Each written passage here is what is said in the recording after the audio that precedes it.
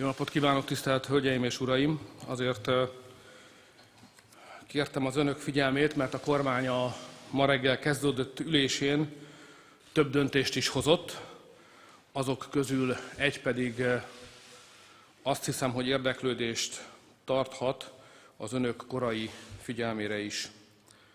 A kormány egy döntést hozott a kötelező betelepítési kvótáról szóló népszavazás kiírásáról. Ez talán a legegyszerűbb, ha először felolvasom ezt a határozatot.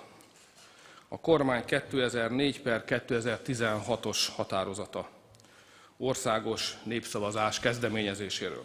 A kormány az alaptörvény 8. cikk első bekezdésében biztosított jogkörében eljárva országos népszavazást kezdeményez a következő kérdésben.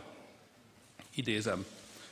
Akarja-e, hogy az Európai Unió az országgyűlés hozzájárulása nélkül is előírhassa nem magyar állampolgárok Magyarországra történő kötelező betelepítését? Idézet vége.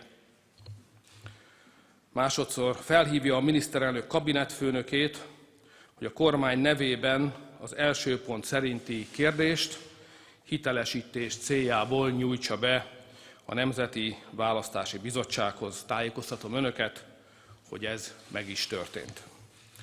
Tisztelt Hölgyeim és Uraim, ez azt jelenti, hogy a kormány fölfogása szerint a kötelező betelepítési kvótáról szóló döntést az országgyűléstől elvenni nem lehet.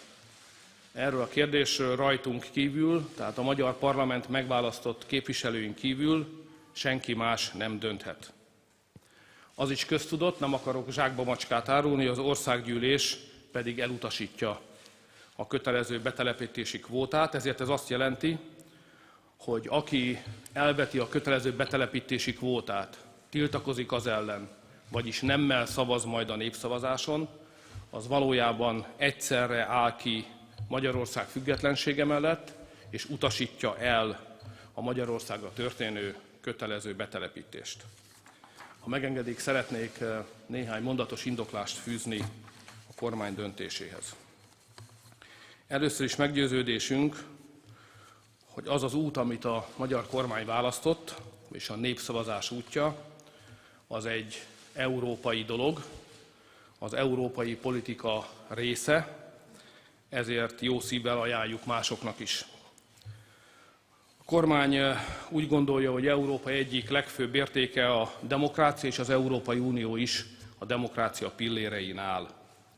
Ez pedig azt jelenti, hogy nem hozhatunk az emberek feje fölött, az európai emberek akarata ellenére az életüket súlyosan megváltoztató, a jövő nemzedékek életét is meghatározó döntéseket. A kvóta pedig újra rajzolná Magyarország és Európa etnikai, kulturális és vallási arculatát is. A magyar kormány úgy látja, hogy erre nincs felhatalmazása sem az Uniónak, sem Brüsszelnek, sem az európai vezetőknek, semmilyen európai testületnek sem. Eddig az európai embereket senki sem kérdezte meg arról, hogy akarják-e, elfogadják-e, vagy éppenséggel elutasítják a kötelező kvóta bevezetését. Mi magyarok úgy érezzük, meggyőződésem, hogy a kormány egy közhangulatnak engedett, amikor a népszavazás kiírása mellett döntött. Mi úgy érezzük, hogy az emberek hozzájárulása nélkül bevezetni egy betelepítési kvótát nem más, mint visszaélés a hatalommal. Ezért Magyarországon meg fogjuk kérdezni az embereket erről a kérdésről, ugyanúgy, mint ahogy megkérdeztük őket az Európai Unióhoz való csatlakozásról is. Tisztelt Hölgyeim és Uraim, ezek voltak azok a megfontolások és érvek, amely alapján a kormány a népszavazás kiírását kezdeményezte. Köszönöm a figyelmüket.